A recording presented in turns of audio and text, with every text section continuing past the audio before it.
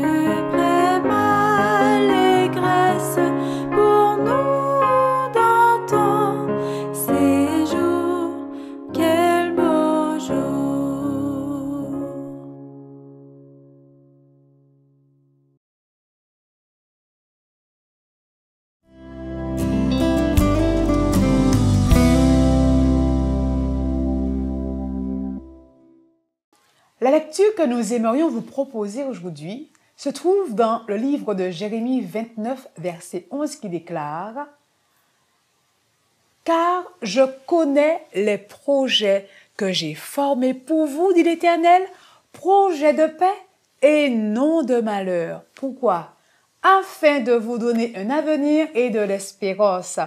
En hébreu, le mot pour projet est machashaba.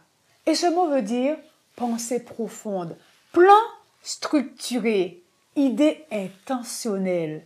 Dieu ne t'improvise pas, il te pense, il te prépare, il te place. Même quand toi tu doutes, lui il prévoit, il trace, il veille. Ce verset n'est pas un pansement émotionnel, c'est une boussole prophétique. Un rappel que ta vie n'est pas un accident, mais un appel en cours d'accomplissement. Alors, tout va bien. Dieu est au contrôle de ta vie. Et encore une fois, si justement c'est ta première aventure avec nous dans cette émission Sabbat délices, tu es au bon endroit. Sache que Dieu a des projets pour toi, des projets de paix et non de malheur.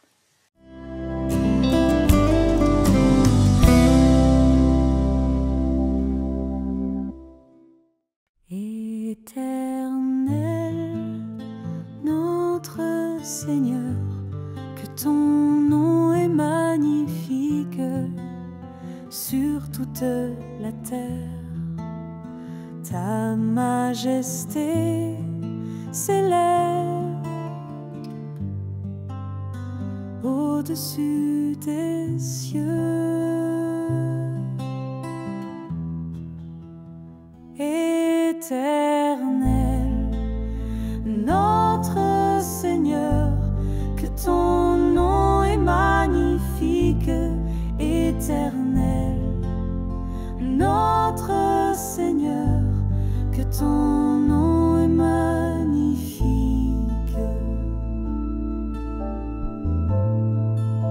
Quand je contemple les cieux, ouvrage de tes mains, la lune et les étoiles que tu as créées, qu'est-ce que l'homme pour que tu te souviennes de lui?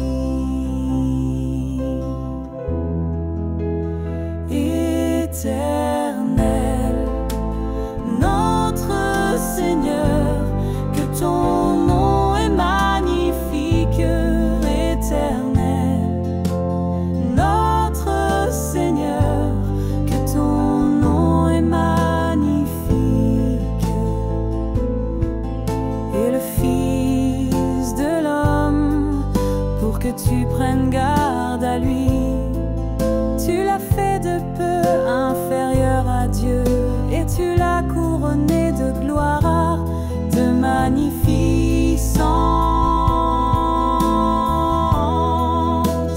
Éternel, notre Seigneur, que ton nom est magnifique.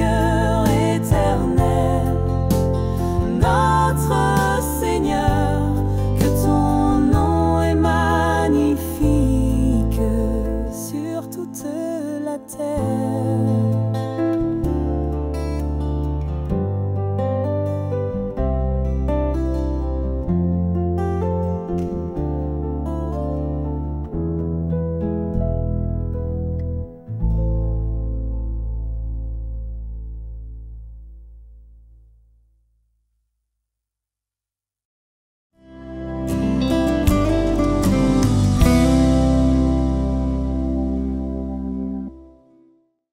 Certaines fois, nous avançons dans la vie, chers connectés, et plusieurs se posent cette question. Où vais-je?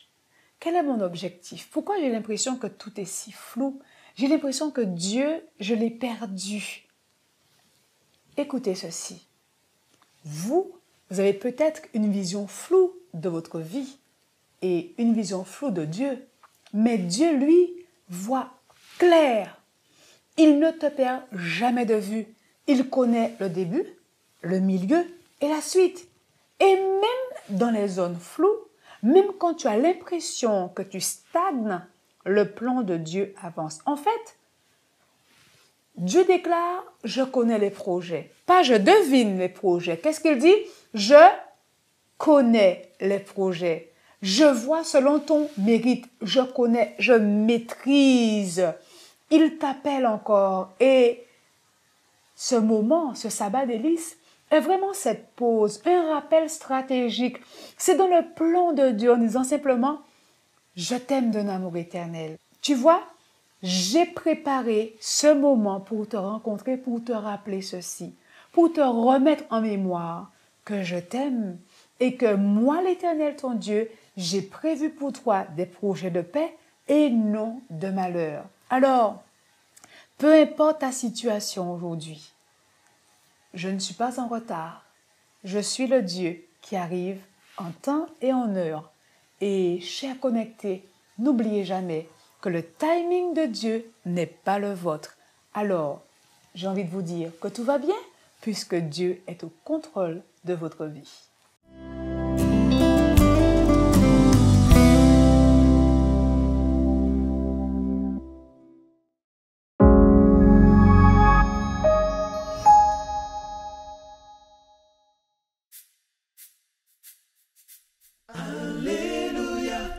L'agneau de Dieu est crucifié, alléluia.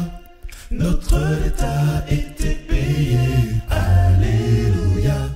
L'enfer ne peut plus rien contre nous, alléluia, alléluia, alléluia, alléluia, alléluia, alléluia. Nous étions tous sans espoir quand la loi de Dieu nous condamnait. Mais Jésus prit notre place alors que nous étions sans défense. Cloué sur cette croix, à cause de nos péchés, il nous justifia pour que nous régnions avec lui. Alléluia, l'agneau de Dieu est crucifié. Alléluia, notre dette a été payé. Alléluia, l'enfer ne peut plus rien contre nous. Alléluia, alléluia, alléluia, alléluia, alléluia, alléluia, alléluia. Alors que ton retour, tu nous aides, Seigneur, à être saints. À te louer, te chanter, tu veux nous sauver pour ta gloire. Nous comptons sur ta grâce, nos cœurs sont à toi. Jésus a transformé notre rébellion en joie. Alléluia, l'agneau de Dieu est crucifié. Alléluia, notre dette a été payé. Alléluia,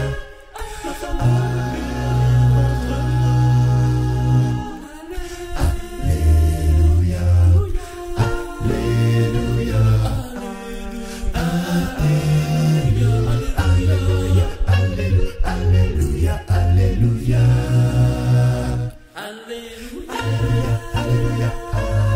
alléluia.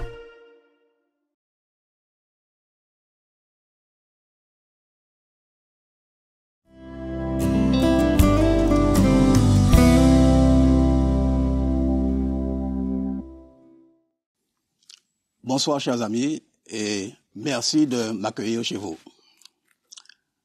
Ce soir, j'aimerais livrer à votre méditation une courte histoire et un message qui va avec concernant notre temps actuel. On nous rapporte que le sergent Philip Gray a fait la une des réseaux sociaux. On se demande même pour quelle raison. Il avait écrit 270 messages à Rosie, sa fille de 7 ans. Et quand il a été informé que son unité serait déployée en Afghanistan, Philip Gray s'est assis et a rédigé un message pour chaque jour qu'il passerait hors de la maison. et a pris le soin de demander à sa femme de les mettre chaque jour, chaque matin, avec le déjeuner de Rosie, sa fille. Dans chaque note, il a essayé de transmettre un message qui contribuerait au bien-être de sa petite fille. Connaissant les besoins émotionnels de sa fille, Philip Gray lui a laissé un message spécifique pour chaque jour. Et l'expérience de ce père humain constitue un pâle exemple de ce que notre Père Céleste a fait pour nous chaque jour. Nous avons de la part dans les Écritures une multitude de promesses et de messages spéciaux pour nous encourager et nous réconforter à chaque instant de notre vie. L'écrivaine Ellen White, que beaucoup connaissent, a dit que Dieu a semé ses promesses dans sa parole pour nous amener à avoir foi en lui. Mais cette foi sera une réalité concrète lorsque nous prendrons le temps de lire les messages qu'il a laissés pour nous dans la Bible. En d'autres termes, plus je lis et que je me familiarise avec les promesses, plus ma foi va augmenter. Mais à contrario, moins je passe du temps à lire et à croire en ces promesses, plus je vais plonger dans le doute et ma foi va faiblir. Le prophète Josué nous rappelle dans son 21e chapitre, au verset 45, ce qui suit, et je lis. De toutes les paroles de l'Éternel, que l'Éternel avait dites plutôt à la maison d'Israël, aucune ne restera sans effet, tous s'accomplirent. Aucune parole ne restera sans effet. Toutes les paroles vont s'accomplir. C'est encourageant pour nous, chers amis, vous qui m'écoutez, de savoir que ce que Dieu dit, ce qu'il va prononcer comme parole, tout cela va s'accomplir. Et cela me rassure de savoir que je sers un Dieu de parole. Nous servons un Dieu de parole qui a une seule parole, mais aussi le Dieu qui a toutes les paroles qui sont enfermées dans le saint livre qu'on appelle la Bible. Je veux vous dire par expérience que la seule parole, chers amis, qui vaille la peine d'être écoutée, c'est bien la parole de Dieu. Toute la parole de Dieu est efficace pour moi et pour vous, pour chaque être humain. Et chacun pourra trouver son compte dans la parole de Dieu. Et ça, c'est rassurant pour nous et pour moi aussi. Et nous pouvons dire Amen à cette parole. J'aimerais aussi vous parler du prophète Jérémie. Dieu a assuré aux captifs de Babylone et il a bien rassuré les captifs de Babylone. Et de son livre 29e, au verset 11, le prophète Jérémie va nous donner son sentiment quant à la parole du Seigneur. Il dit ceci, en Jérémie 29, verset 11, si vous avez votre Bible tout près de vous, vous pouvez la prendre, et vérifier avec moi le verset 11 de Jérémie 29, qui dit ceci. Et c'est Dieu qui parle. Et quand Dieu parle, chers amis, mesdames et messieurs, nous devons également prendre le temps d'écouter sa parole, de prendre en considération ce qu'il dit. Car je connais, dit-il, les projets que j'ai formés sur vous. Projets de paix et non de malheur, afin de vous donner un avenir et aussi de l'espérance. Je connais les projets que je forme sur toi.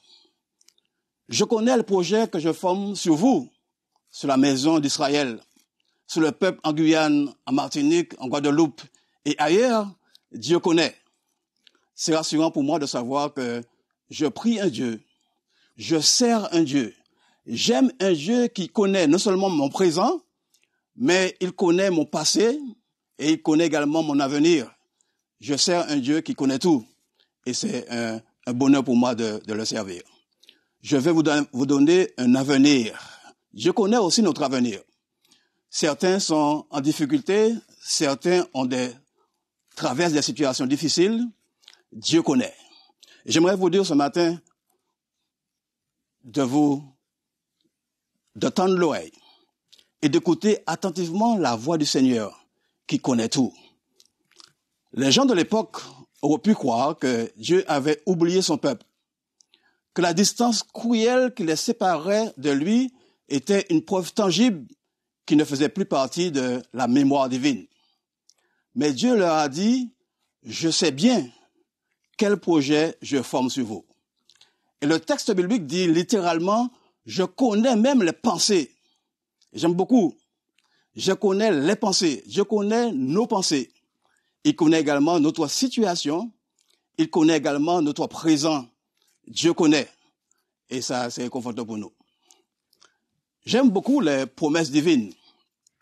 Et quand j'étais jeune garçon, je m'évertuais à trouver dans le Saint-Livre des promesses qui sont vraiment des belles promesses. Non pas seulement en parole, mais en réalité. Des promesses qui sont actuelles et qui me touchent personnellement.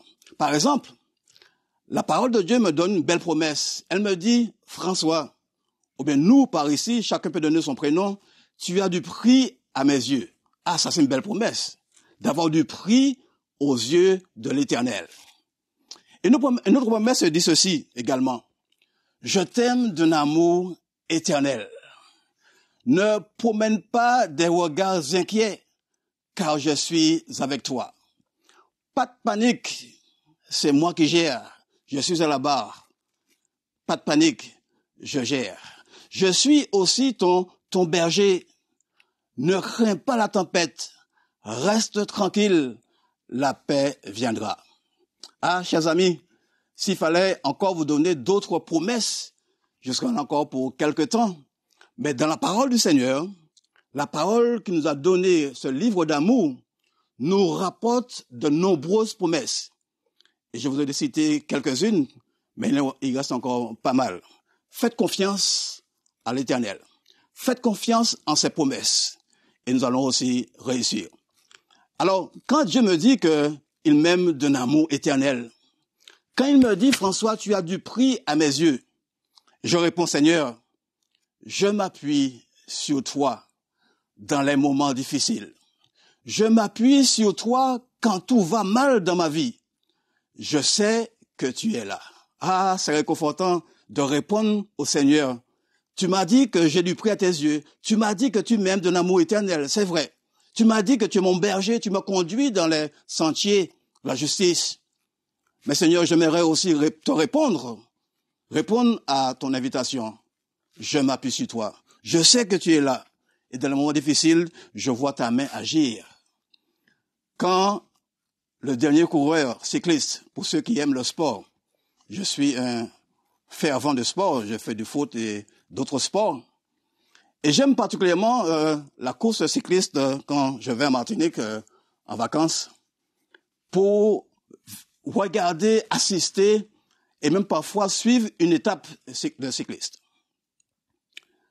Et quand le dernier coureur cycliste voit la voiture balai le rapprocher, ben figurez-vous, même si ceux qui sont devant ou derrière, sur les côtés de la route, même si on lui donne toutes sortes de noms, on lui crie après, on va le décourager.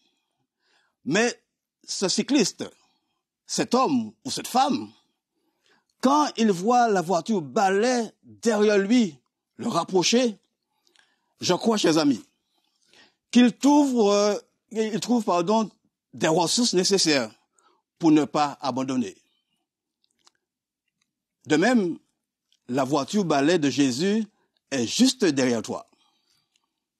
Lève-toi, cramponne-toi, puise dans tes réserves, mais quelque chose, je dirais ce soir, n'abandonne pas, n'abandonne jamais. N'abandonne pas, cher jeune. N'abandonne pas, cher ami. Et même si tu vois la voiture balai est juste derrière toi.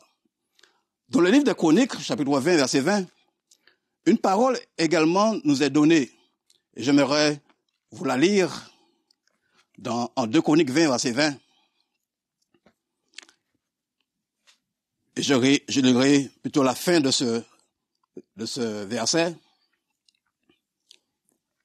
Confiez-vous en l'Éternel, votre Dieu, et vous serez affermis. Confiez-vous en ses prophètes, et vous réussirez.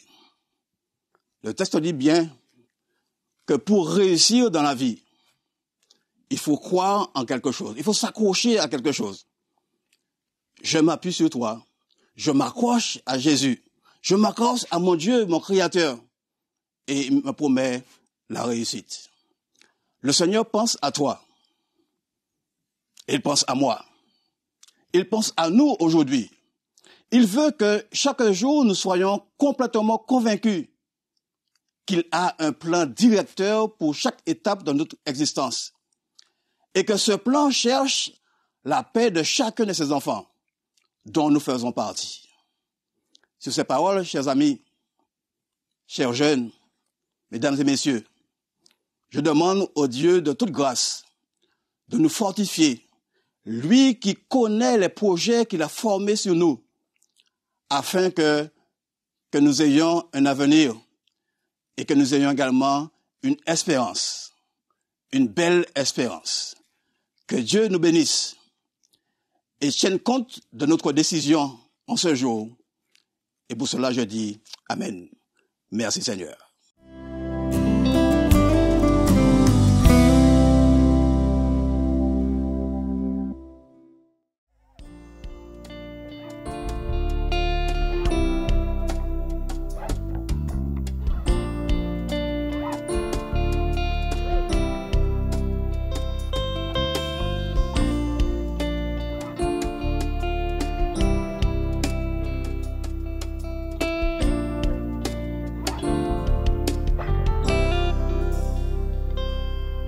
Ce n'est pas mon combat, mais je sais qui combat pour moi.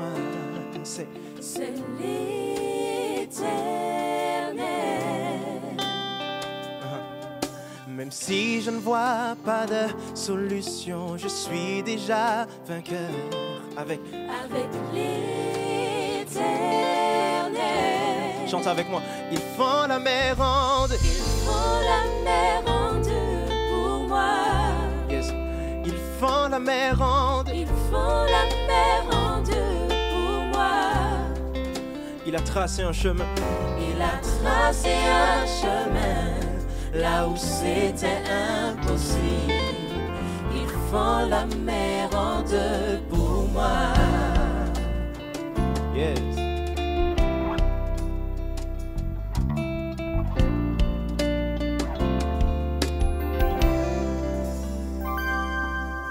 Je garde le silence car je sais qui est au contrôle. C'est l'Éternel.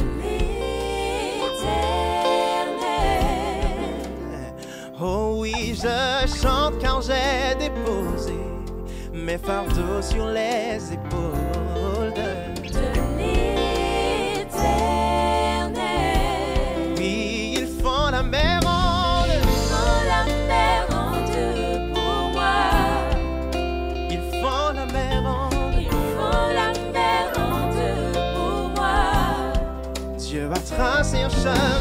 Il a tracé un chemin Là où c'était impossible. Là où c'était impossible. Ils font la mer en deux pour moi.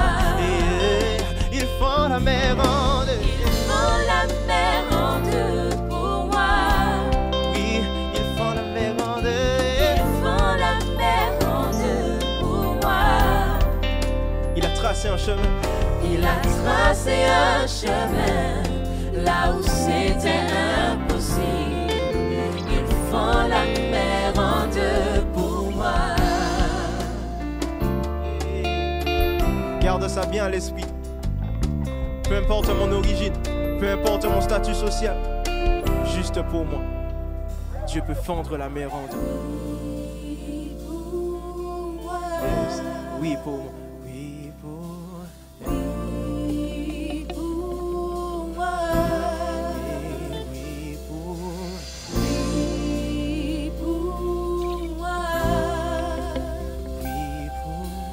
Oui demande, tu interviens pour moi. Juste pour moi.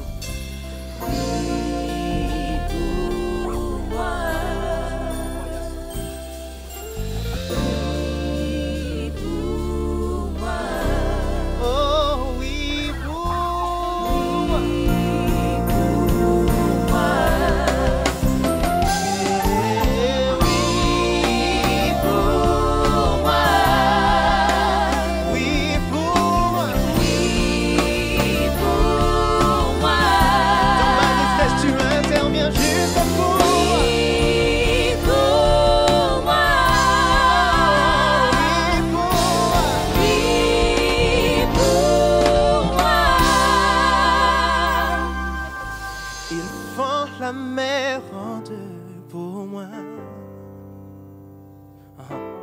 Ils font la mer en deux pour moi.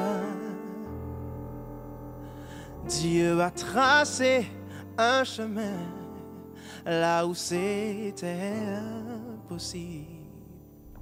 Ils font la mer en deux pour moi.